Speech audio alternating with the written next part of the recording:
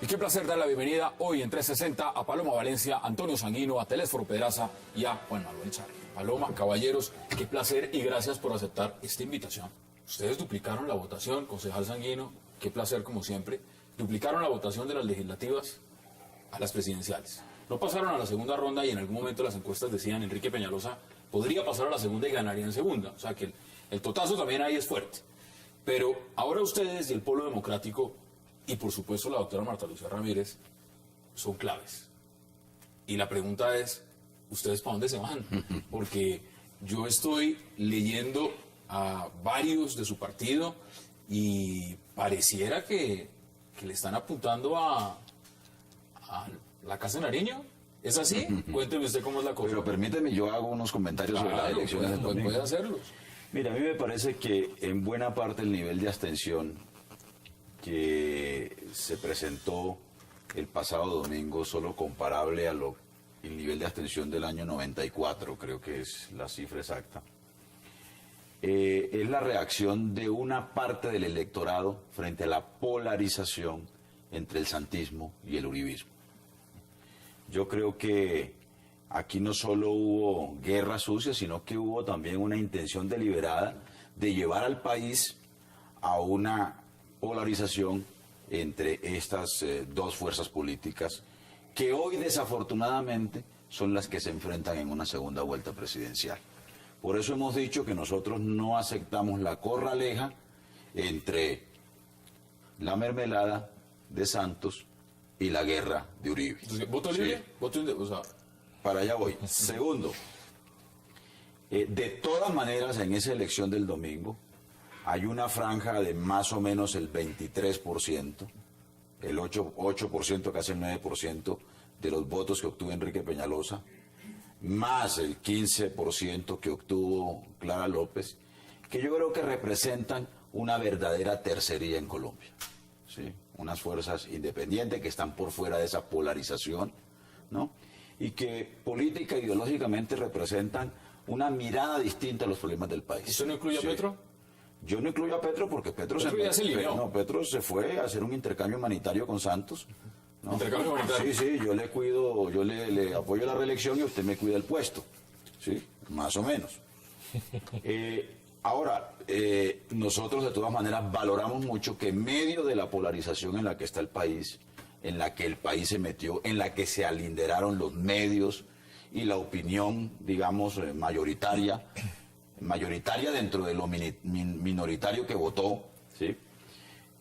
Pues hubo 1 millón de colombianos, más de 1 millón de colombianos que depositaron un voto de confianza en nosotros, que nosotros tenemos que saber interpretar hacia la segunda vuelta presidencial.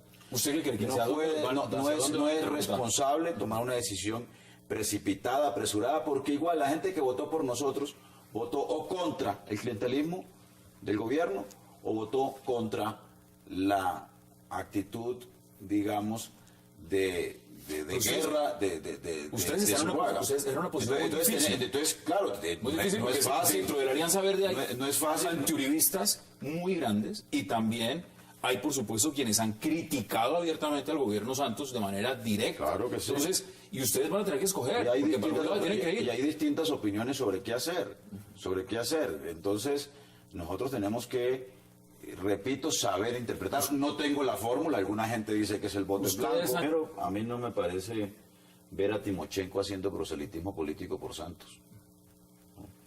Me parece todo lo contrario. Están hablando contra Santos y contra Uribe y contra Zuluaga. Y ese es el discurso de las FARC. Segundo, el presidente Santos, y yo aclaro, no soy santista, ¿no? El presidente Santos tomó una decisión de iniciar un proceso de negociación en medio del conflicto. Y esa fue la condición sobre la cual se montó este proceso.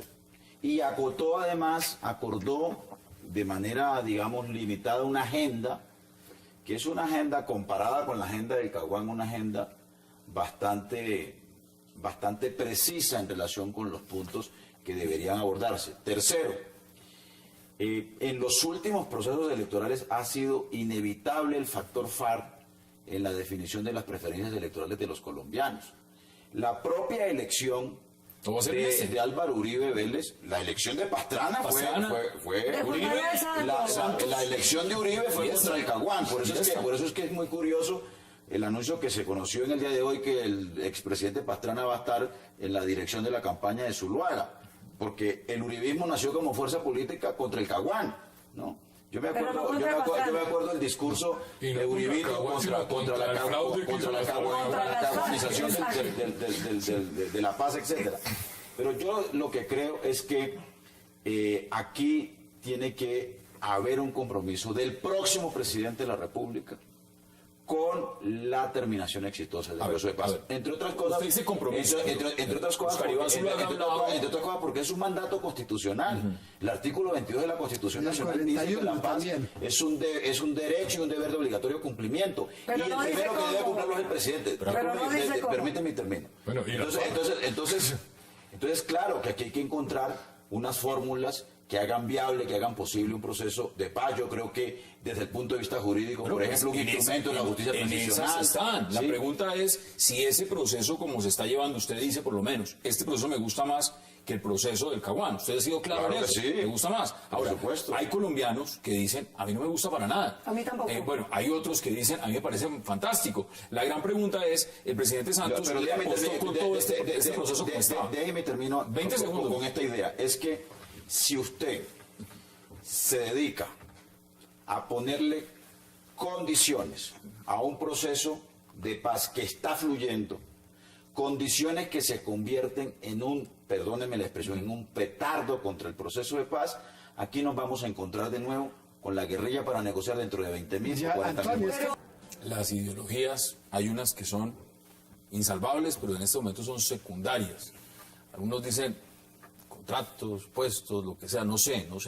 ¿Usted cómo ve ese tema? Porque es que eso es bien curioso. Primero gritaban fascistas, no pasarán. Ahora, bienvenido, doctor. ¿Cómo está?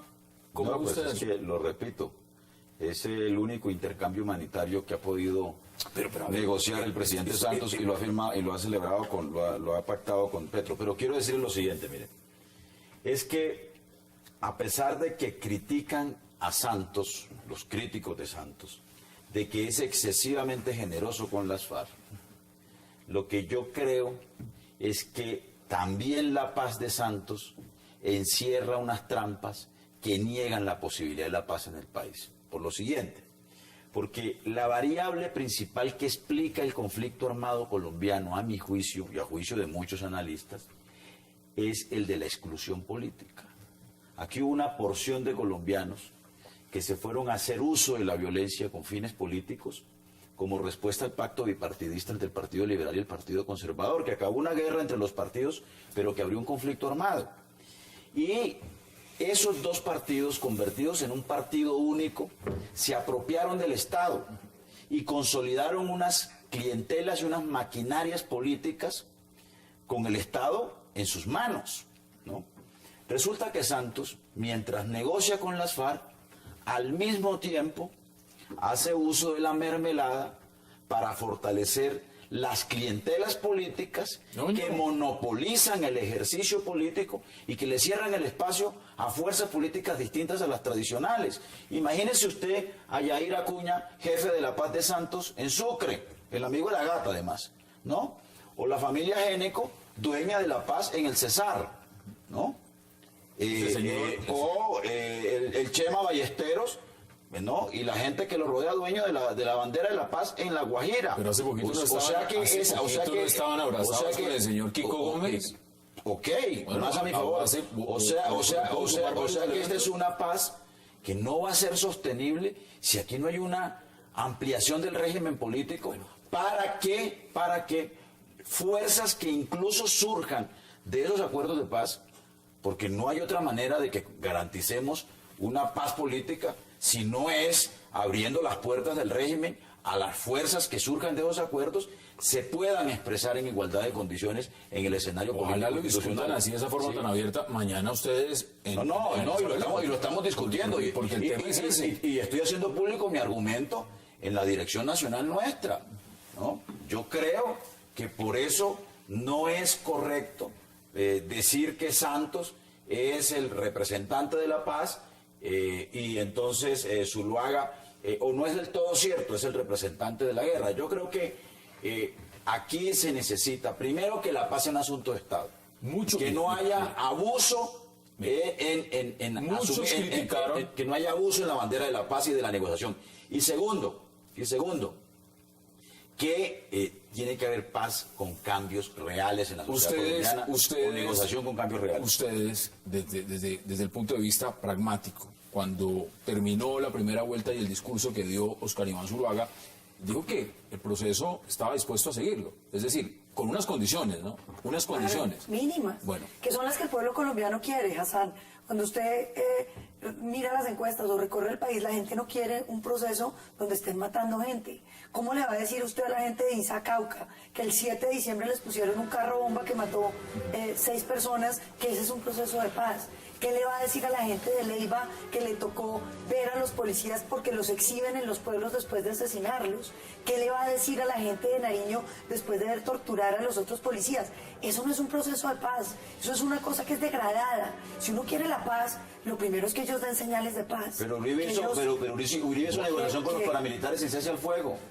No, pero pues no. Con los paramilitares matando a la gente. Pues claro que sí. Mire, sacando el tema de paz, que es un tema, por supuesto, que no goza de la popularidad en la opinión colombiana. Y yo creo que a veces lo necesario no coincide con lo popular. Este país necesita la paz. Yo prefiero pagar el costo que sea por la paz que seguir gastándonos el costo que significa la guerra. No solo en términos económicos, sino en términos de vidas humanas, de productividad de la economía colombiana, de ruptura del tejido social, etc. Pero al margen de eso, a Santos no le están cobrando el tema de la paz, por muy impopular que sea. ¿A Santos qué le están cobrando? Los efectos del Tratado de Libre Comercio. ¿A Santos qué le están cobrando? La falta de gerencia para resolver problemas urgentes como el de la infraestructura vial del país. ¿A Santos qué le están cobrando? La imposibilidad de sacar adelante una reforma a la justicia en el Congreso de la República que generó una indignación nacional. A Santos ¿qué le están cobrando? Por supuesto la mermelada, el clientelismo a borbotones que conocimos en este gobierno. Yo creo que esa es la cuenta de cobro que están pagando. En Bogotá le están pagando además, le están cobrando además Se nos acaba la manera como administró la crisis de la mayor de